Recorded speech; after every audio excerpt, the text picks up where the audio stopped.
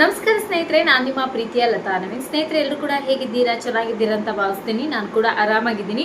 So ನೀವೆಲ್ಲರೂ ಕೂಡ ಚೆನ್ನಾಗಿದ್ದೀರಾ ಅಂತ ಭಾವಿಸ್ತಾ ಇವತ್ತಿನ ಈ ಒಂದು ವಿಡಿಯೋನ ಪ್ರಾರಂಭ ಮಾಡ್ತಾ ಇದ್ದೀವಿ. ಸ್ನೇಹಿತರೆ, ವಿಡಿಯೋನ ಪ್ರಾರಂಭ ಮಾಡೋಕ್ಕಿಂತ ಮುಂಚೆ ನೀವೇನಾದರೂ ನನ್ನ ಚಾನಲ್ಗೆ ಹೊಸಬ್ರಾಗಿದ್ದರೆ ದಯವಿಟ್ಟು ಹೋಗಿ ಲತಾ ನವೀನ್ ಕನ್ನಡ ಚಾನಲ್ನ ಸಬ್ಸ್ಕ್ರೈಬ್ ಮಾಡ್ಕೊಂಡ ಜೊತೆಗೆ ಚಾನಲ್ಗೆ ಸಪೋರ್ಟ್ ಮಾಡಿ, ವಿಡಿಯೋನ ಫ್ರೆಂಡ್ಸ್ ಆ್ಯಂಡ್ ಫ್ಯಾಮಿಲಿ ಜೊತೆಗೆ ದಯವಿಟ್ಟು ಶೇರ್ ಮಾಡಿ. ಸ್ನೇಹಿತರೆ, ಸೊ ಗೃಹಲಕ್ಷ್ಮಿಯರಿಗೆ ಒಂದು ಭರ್ಜರಿ ಗುಡ್ ನ್ಯೂಸ್ ಅಂತಾನೆ ಹೇಳ್ಬೋದು. ಸಾಕಷ್ಟು ಜನ ಮಹಿಳೆಯರು ನಿನ್ನೆನೆ ಕಮೆಂಟ್ ಮಾಡಿದ್ರಿ, ತುಂಬಾನೇ ಖುಷಿ ಆಯಿತು ಅಂತಲೇ ಹೇಳ್ಬೋದು. ಗೃಹಲಕ್ಷ್ಮಿ ಯೋಜನೆಯ 17ನೇ ಕಂತಿನ ಹಣ ಪ್ರತಿಯೊಬ್ಬ ಮಹಿಳೆಯರಿಗೂ ಕೂಡ ಬಿಡುಗಡೆ ಆಗಿದೆ. ತುಂಬಾನೇ ಖುಷಿಯಾದ ವಿಚಾರ.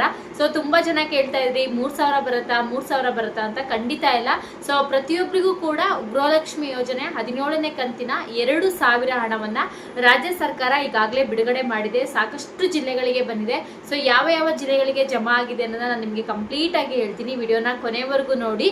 ಸೊ ನನ್ನ ಚಾನಲ್ಗೆ ನೀವು ಫಸ್ಟ್ ಟೈಮ್ ನೋಡ್ತಾ ಇದ್ರೆ ಸಬ್ಸ್ಕ್ರೈಬ್ ಆಗಿರ್ತೀರಾ, ಹಾಗೇನೆ ಹೊಸದಾಗಿ ನೋಡ್ತಾ ಇದ್ರೆ ಸಬ್ಸ್ಕ್ರೈಬ್ ಆಗಿ. ಹಾಗೆ ನನ್ನ ಇನ್ನೊಂದು ಚಾನಲ್ ಏನಿದೆ ಲತಾ ನಿಹಾಲ್ ವ್ಲಾಗ್ಸ್ ಅಂತ, ದಯವಿಟ್ಟು ಆ ಚಾನಲ್ಗೆ ಹೋಗಿ ಸಬ್ಸ್ಕ್ರೈಬ್ ಆಗಿ ಸಪೋರ್ಟ್ ಮಾಡಿ.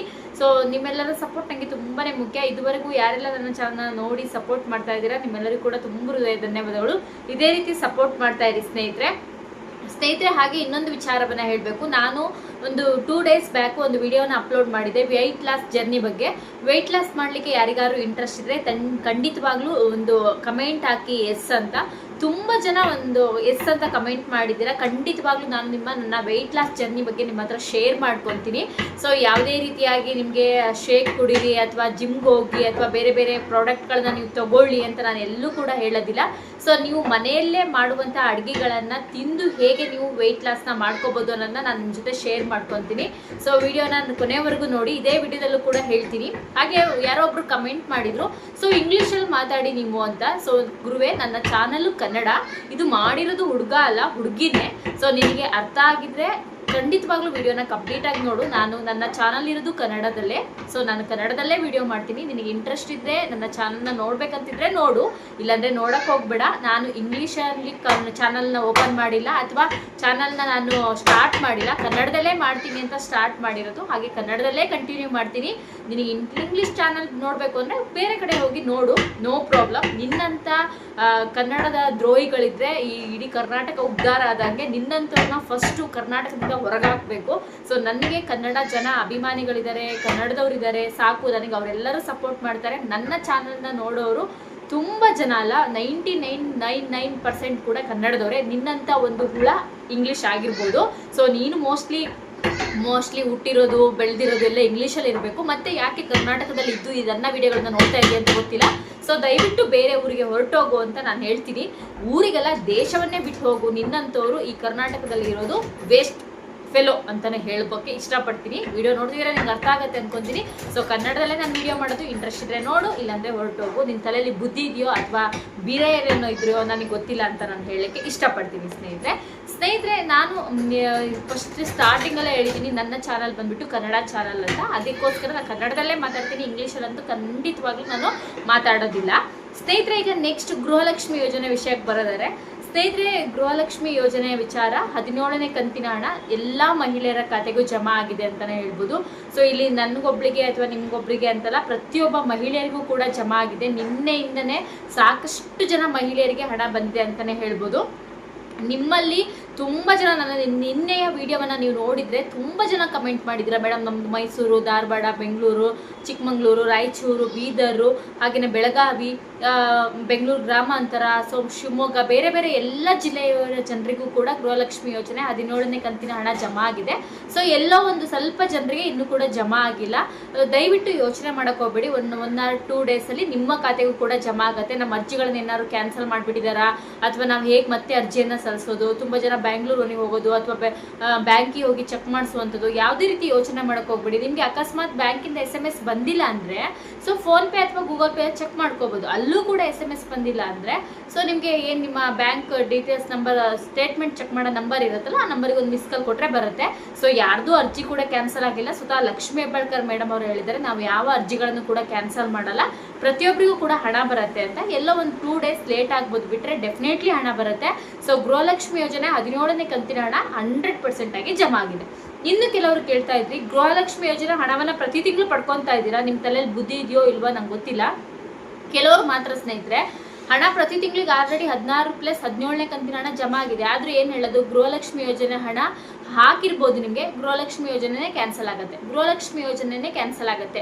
ಸೊ ನಿಮಗೆ ಗೃಹಲಕ್ಷ್ಮಿ ಯೋಜನೆ ಹಣ ಬೇಡ ಅಂದ್ರೆ ಓಕೆ, ಆ ಹಣವನ್ನ ತಗೊಂಡು ಬೇರೆ ಯಾರಿಗಾರು ದಾನ ಮಾಡಿದ್ರೆ ಓಕೆ, ಆ ದಾನ ಮಾಡಿರುವಂತ ವಿಡಿಯೋನಾದ್ರೂ ನೀವು ಶೇರ್ ಮಾಡ್ಕೋಬಹುದಲ್ವಾ, ಬೇರೆ ಕಡೆ ನಿನ್ನ ಚಾನಲ್ ಅಲ್ಲೇ ನೀವು ಶೇರ್ ಮಾಡ್ಕೋಬಹುದು. ನಿನ್ನ ರೀತಿ ನಿನಗೆ ಹಣ ಬೇಡ ಅಂದ್ರೆ ಓಕೆ, ಬೇಡ. ಸೊ ಎಷ್ಟೋ ಜನ ಮಹಿಳೆಯರಿಗೆ ಉಚಿತ 2,000 ಹಣ ಕೊಡೋದ್ರಿಂದ ಉಪಯೋಗ ಆಗ್ತಾ ಇದೆ. ಅದನ್ನ ಯೂಸ್ ಮಾಡ್ಕೊಂಡವ್ರಿಗಾರು ಬಿಡು, ಯಾಕೆ ಸುಮ್ಮನೆ ಕಮೆಂಟ್ ಮಾಡ್ತೀಯಾ ಗೃಹಲಕ್ಷ್ಮಿ ಯೋಜನೆ ಕ್ಯಾನ್ಸಲ್ ಆಗಿದೆ ಇನ್ ಮುಂದೆ ಬರಲ್ಲ, ಸುಮ್ಮನೆ ಸುದ್ದಿಯನ್ನ ಬೇರೆ ರೀತಿ ಹರಡಿಸಿದ್ರೆ ಏನ್ ಸಿಗುತ್ತೋ ನನಗೆ ಗೊತ್ತಿಲ್ಲ, ಅಥವಾ ನಾವು ಅದರಿಂದ ಫೇಮಸ್ ಆಗ್ಬಿಡ್ತೀವಿ ಅನ್ನೋದು ಒಂದು ಮೂಢನಂಬಿಕೆನೋ ನನಗೆ ಗೊತ್ತಿಲ್ಲ. ಸೊ ಒಳ್ಳೆ ಕೆಲಸ ಮಾಡೋರೆ ಪಾಪ ಏನೇನೋ ಕಷ್ಟ ಅನುಭವಿಸ್ತಾ ಇದ್ದಾರೆ. ನಿನ್ನಂತ ಈ ತರ ಸುಳ್ಳು ಸುದ್ದಿಗಳನ್ನ ಹಂಸೋರು ಎಲ್ಲೇ ರೀತಿ ಏನು ಫೇಮಸ್ ಆಗಲ್ಲ. ಈಗ ಸತ್ಯಕ್ಕೆ ನ್ಯಾಯನೇ ಇಲ್ಲ ಅನ್ನೋ ತರ ಕಾಲ ಆಗ್ಬಿಟ್ಟಿದೆ ಅಂತಾನೆ ಹೇಳ್ಬೋದು. ಸುಳ್ಳಿಗೆ ಜಾಸ್ತಿ ಜಯ. ಅದೇ ರೀತಿಯಾಗಿ ನಿನ್ನ ಕಮೆಂಟ್ಗಳಿಗೆ ಜಾಸ್ತಿ ಜನ ಎಲ್ಲೋ ಸಪೋರ್ಟ್ ಮಾಡ್ತಾ ಇದಾರೇನೋ, ಬಟ್ ನನ್ನ ಚಾನಲಲ್ಲಿ ಯಾರು ಸಪೋರ್ಟ್ ಮಾಡ್ತಾ ಇರಲ್ಲ. ಗೃಹಲಕ್ಷ್ಮಿ ಯೋಜನೆಯಿಂದ ಸಾಕಷ್ಟು ಜನರಿಗೆ ಉಪಯೋಗ ಆಗಿದೆ ಅನ್ನೋದು ನನ್ನ 100% ಮಾತಿದು.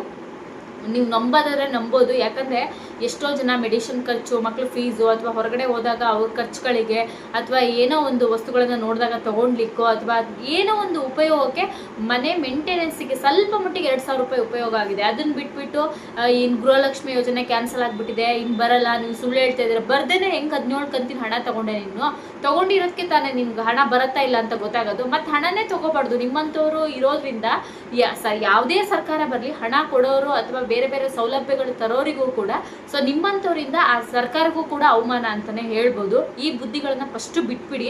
ಸೊ ಎಷ್ಟೋ ಜನಕ್ಕೆ ಉಪಯೋಗ ಆಗಿದೆ, ಅದಂತೂ ನಾನು ಹೇಳ್ತೀನಿ ಸ್ನೇಹಿತರೆ. ಹಾಗೆ ಕನ್ನಡ ಮಾತಾಡುತ್ತೆ ಇಲ್ಲ, ನೀವು ಇಂಗ್ಲೀಷ್ ಮಾತಾಡಿ ಅಂತ ಹೇಳಿದ್ರೆ, ಸೊ ಇಂಗ್ಲೀಷ್ ಮಾತಾಡೋಕ್ಕೆ ನಾನು ಬೇರೆ ದೇಶದಲ್ಲಿಲ್ಲ ಅಥವಾ ಬೇರೆ ರಾಜ್ಯದಲ್ಲಿಲ್ಲ, ನಾನು ಇರೋದು ಕರ್ನಾಟಕದಲ್ಲಿ. ಸೊ ನನ್ನ ಚಾನಲಲ್ಲಿ ಪ್ರತಿಯೊಂದು ವಿಡಿಯೋನು ಕೂಡ ಕನ್ನಡದಲ್ಲೇ ಮಾಡ್ತೀನಿ. ಸೊ ನಿಮ್ಮಂಥವರಿಂದ ಈ ಕರ್ನಾಟಕಕ್ಕೆ ಕೆಟ್ಟ ಹೆಸರು, ನನಗೆ ಕನ್ನಡದವ್ರು ವಿಡಿಯೋ ಸಪೋರ್ಟ್ ಮಾಡ್ತಾ ಇದ್ದಾರೆ ಅಷ್ಟು ಸಾಕು. ನಿಮ್ಮಂಥವ್ರು ನನ್ನ ಚಾನಲ್ ಅಲ್ಲ, ಯಾವುದೇ ಕನ್ನಡ ಚಾನಲ್ಗಳನ್ನು ವೀಕ್ಷಣೆ ಮಾಡೋಕ್ಕೆ ಹೋಗ್ಬೇಡಿ. ಯಾಕಂದರೆ ನೀವು ಈ ಥರ ಕಮೆಂಟ್ ಮಾಡಿದ್ರೆ ನಿಮಗೆ ನಿಜವಾಗ್ಲೂ ಮಾನ ಮರ್ಯಾದೆ ಇದೆಯೋ ಇಲ್ಲೋ ಗೊತ್ತಿಲ್ಲ. ಕನ್ನಡದಲ್ಲೇ ಇದ್ದು, ಕನ್ನಡದ ನೀರು ಕುಡಿತಾ, ಕನ್ನಡದಲ್ಲೇ ಊಟ ಮಾಡ್ತಾ ಇದ್ದು, ಈ ಸುಮ್ಮನೆ ಕನ್ನಡ ನೀವು ಯಾಕೆ ಮಾತಾಡ್ತಾ ಇದ್ದೀರಾ, ಇಂಗ್ಲೀಷಲ್ಲಿ ಮಾತಾಡಿ, ನಿಮ್ಗೆ ಇಂಗ್ಲೀಷ್ ಬರಲ್ವಾ, ಇಂಗ್ಲೀಷಲ್ಲಿ ಮಾತಾಡಿ ಅಂದರೆ, ಸೊ ನಾನು ಮಾತಾಡಲ್ಲ. ನನಗೆ ಎಲ್ಲಿ ಮಾತಾಡಬೇಕು, ಯಾರ ಹತ್ರ ಮಾತಾಡಬೇಕು ಅಂತ ಗೊತ್ತು, ಅಷ್ಟು ನನಗೆ ಸಾಕು. ನನಗೆ ಸ್ವಚ್ಛವಾಗಿ ಕನ್ನಡ ಮಾತಾಡೋಕ್ಕೆ ಬರುತ್ತೆ, ನಾನು ಕನ್ನಡದವಳೆ ಅಂತ ಹೇಳ್ತೀನಿ. ಸೊ ನಿಮ್ಮ ರೀತಿ ಬೇರೆ ಎಲ್ಲೋ ಇದ್ಕೊಂಡು ಅಥವಾ ಕರ್ನಾಟಕದಲ್ಲೇ ಇದ್ದು ಈ ರೀತಿ ನೀವು ಮಾತಾಡ್ತಾ ಇದ್ದೀರಾ ಅಂದರೆ ನಿಮಗೆ ಮಾನ ಮರ್ಯಾದೆ ಇಲ್ಲ ಅಂತಲೂ ಕೂಡ ಕೇಳ್ತೀನಿ. ಇಲ್ವೇ ಇಲ್ಲ, ಕೇಳೋದೇನು ಫಸ್ಟ್ ಆಫ್ ಆಲ್ ಇಲ್ವಾ ಅಂತಲೂ ಕೂಡ ಹೇಳ್ತೀನಿ. ಓಕೆನಾ? ಸೊ ಇಷ್ಟು ನಿಮ್ಮ ಅಪ್ಪ ಅಮ್ಮ ಮೋಸ್ಟ್ಲಿ ಇಂಗ್ಲೀಷಲ್ಲೇ ಮಾತಾಡ್ತಾರೆ ಅನ್ನೋದು ನಂಗೆ ಗೊತ್ತಿಲ್ಲ. ಸೊ ಈಗಿನ ಕಾಲದವ್ರು ಮಾತಾಡ್ತಾ ಇರ್ಬೋದು, ಮೋಸ್ಟ್ಲಿ ತುಂಬ ವರ್ಷದ ಹಿಂದಿನವ್ರು ಆದರೆ ಪಾಪ ಮಾತಾಡಲ್ಲ. ಯಾಕಂದ್ರೆ ಅವ್ರು ಸ್ಕೂಲಿಗೂ ಕೂಡ ಹೋಗಲ್ಲ, ಯಾಕಂದ್ರೆ ಅವ್ರು ಕಷ್ಟಪಟ್ಟು ಮಕ್ಕಳನ್ನ ಹೇಗೆ ಸಾಕೋದು ಅಂತ ನೋಡ್ತಾ ಇರ್ತಾರೆ. ಮೋಸ್ಟ್ಲಿ ನಿಮ್ಮ ಅಪ್ಪ ಅಮ್ಮನ ಹತ್ರನೂ ಕೂಡ ಇಂಗ್ಲೀಷಲ್ಲಿ ಮಾತಾಡ್ತಾ ಇದ್ದೀರಾ ಅನ್ಸುತ್ತೆ. ಸೊ ಮಂಜುಳಾ ಏನೋ ಅವ್ರ ಸಮಥಿಂಗ್ ಅವ್ರ ಹೆಸರು, ಅವರು ಮೋಸ್ಟ್ಲಿ ಮನೇಲಿ ಮಕ್ಕಳ ಹತ್ರ, ಅವ್ರ ಅಪ್ಪ ಅಮ್ಮನ ಹತ್ರ ಎಲ್ಲರ ಹತ್ರನೂ ಕೂಡ ಇಂಗ್ಲೀಷಲ್ಲೇ ಮಾತಾಡ್ತಾ ಇರ್ತಾರೇನೋ, ಕನ್ನಡನೇ ಮಾತಾಡಲ್ಲ. ಅವ್ರ ಪಾಪ ಕರ್ನಾಟಕದಲ್ಲಿದ್ದಾರೋ ಬೇರೆ ದೇಶದಲ್ಲಿದ್ದಾರೋ ಗೊತ್ತಿಲ್ಲ. ಸೊ ಆಲ್ಮೋಸ್ಟ್ ನೀವು ಕರ್ನಾಟಕದಲ್ಲಿದ್ದರೆ ದಯವಿಟ್ಟು ಕರ್ನಾಟಕ ಬಿಟ್ಟು ಹೋಗ್ಬಿಡಿ. ಯಾಕಂದರೆ ನಿಮ್ಮಂಥವ್ರು ಕರ್ನಾಟಕದಲ್ಲಿದ್ದು ಕನ್ನಡ ಮಾತಾಡಿ ಅಂತ ಹೇಳಬೇಕು ಜನ, ಅದನ್ನು ಬಿಟ್ಟು ನೀವು ಇಂಗ್ಲೀಷಲ್ಲಿ ಮಾತಾಡಿ, ಇಂಗ್ಲೀಷ್ ಬರಲ್ವಾ ಅಂತ ಕೇಳಿದ್ರೆ ಸೊ ನೀವು ಇರೋದೇ ವೇಸ್ಟು ಅನ್ನೋದು ನನ್ನ ಅಭಿಪ್ರಾಯ. ಬೇರೆ ದೇಶಕ್ಕೆ ಹೋಗ್ಬಿಡಿ, ಅದಂತೂ ನಾನು 100% ಹೇಳ್ತೀನಿ. ಸೊ ನೀವು ಕನ್ನಡ ವಿಷಯಕ್ಕೆ ನನಗಂತಲ್ಲ, ಪ್ರತಿಯೊಬ್ಬರು ಕನ್ನಡದಲ್ಲಿ, ನಮ್ಮ ಕರ್ನಾಟಕದಲ್ಲಿ ಎಷ್ಟು ಜನ ಮನುಷ್ಯರ ಕನ್ನಡ ವಿಷಯಕ್ಕೆ ಬಂದರೆ ಎಲ್ಲರೂ ಕೂಡ ನಿಮ್ಗೆ ಇದೇ ರೀತಿ ಉತ್ತರವನ್ನು ಕೊಡ್ತಾರೆ. ಸೊ ಇದಿಷ್ಟು ಗೃಹಲಕ್ಷ್ಮಿ ಮತ್ತು ಇದಿಷ್ಟು ವಿಚಾರ ಸ್ನೇಹಿತರೆ. ಯಾಕೆ ಈ ವಿಚಾರವನ್ನು ಹೇಳಿದೆ ಅಂದರೆ, ಸೊ ತುಂಬ ಜನ ಈ 1-2-3 ಜನ ಈ ಥರ, ಈಗ ಒಬ್ಬರು ಈ ಥರ ಕಮೆಂಟ್ ಮಾಡಿದಾಗ ಕನ್ನಡ ವಿಚಾರಕ್ಕೆ ಬಂದಾಗ ಎಲ್ಲರಿಗೂ ಕೂಡ ಕೋಪ ಬರುತ್ತೆ. ಯಾಕಂದರೆ ನಮಗೆ ಕಂಫರ್ಟಬಲ್ ಲ್ಯಾಂಗ್ವೇಜ್ ಅಂದರೆ ಅದು ಕನ್ನಡನೇ. ಸೊ ಇಂಗ್ಲೀಷ್ ಮಾತೇ ಆಡಲ್ಲ ಅಂತ ಹೇಳೋಕ್ಕಾಗಲ್ಲ. ಯಾಕಂದರೆ ಎಲ್ಲಿ ಮಾತಾಡಬೇಕು ಅಲ್ಲಿ ಮಾತಾಡ್ತೀವಿ. ಬಟ್ ಕನ್ನಡನೇ ಮಾತಾಡಲ್ಲ, ನಾನು ಕನ್ನಡನೇ ಬರಲ್ಲ ಅಂತ ಹೇಳಿ ಈ ಥರ ಡೌ ಮಾಡೋರಿಗೆ ನಾನು ಏನು ಉತ್ತರನ ಕೊಡೋಕ್ಕಾಗಲ್ಲ. ಇಂಗ್ಲೀಷಲ್ಲಿ ಮಾತಾಡು ಅಂತ ಹೇಳೋ ರೈಟ್ಸ್ ಯಾರಿಗೂ ಇಲ್ಲ. ಎಲ್ಲರಿಗೂ ಕೂಡ ನನ್ನ ಪ್ರಕಾರ ನನಗೆ ಯಾವುದು ಕಂಫರ್ಟಬಲ್ ಲ್ಯಾಂಗ್ವೇಜ್ ಅಂದರೆ ಅದು ಕನ್ನಡ. ಸೊ ನಿಮಗೂ ಕೂಡ ಹಾಗಿದ್ರೆ ದಯವಿಟ್ಟು ಕನ್ನಡ ಅಂತ, ಜೈ ಕನ್ನಡ ಅಂತ ಟೈಪ್ ಮಾಡಿ ಅಂತ ಹೇಳ್ತೀನಿ. ಸೊ ಇದಿಷ್ಟು ಇದ್ರ ವಿಚಾರ ಸ್ನೇಹಿತರೆ. ಸೊ ವೆಯ್ಟ್ ಲಾಸ್ ಬಗ್ಗೆ ನಾನು ಇವತ್ತು ಸಂಜೆ ವಿಡಿಯೋದಲ್ಲಿ ನಿಮಗೆ ಹೇಳ್ತೀನಿ. ದಯವಿಟ್ಟು ವಿಡಿಯೋನ ನೋಡಿ ಸಬ್ಸ್ಕ್ರೈಬ್ ಆಗಿ ಅಂತ ಹೇಳ್ತಾ ಮುಂದಿನ ವಿಡಿಯೋದಲ್ಲಿ ಮತ್ತೊಮ್ಮೆ ಸಿಗೋಣ. ಸೊ ನಿಮ್ಮೆಲ್ಲರಿಗೂ ಕೂಡ ಧನ್ಯವಾದಗಳು. ನಮಸ್ಕಾರ.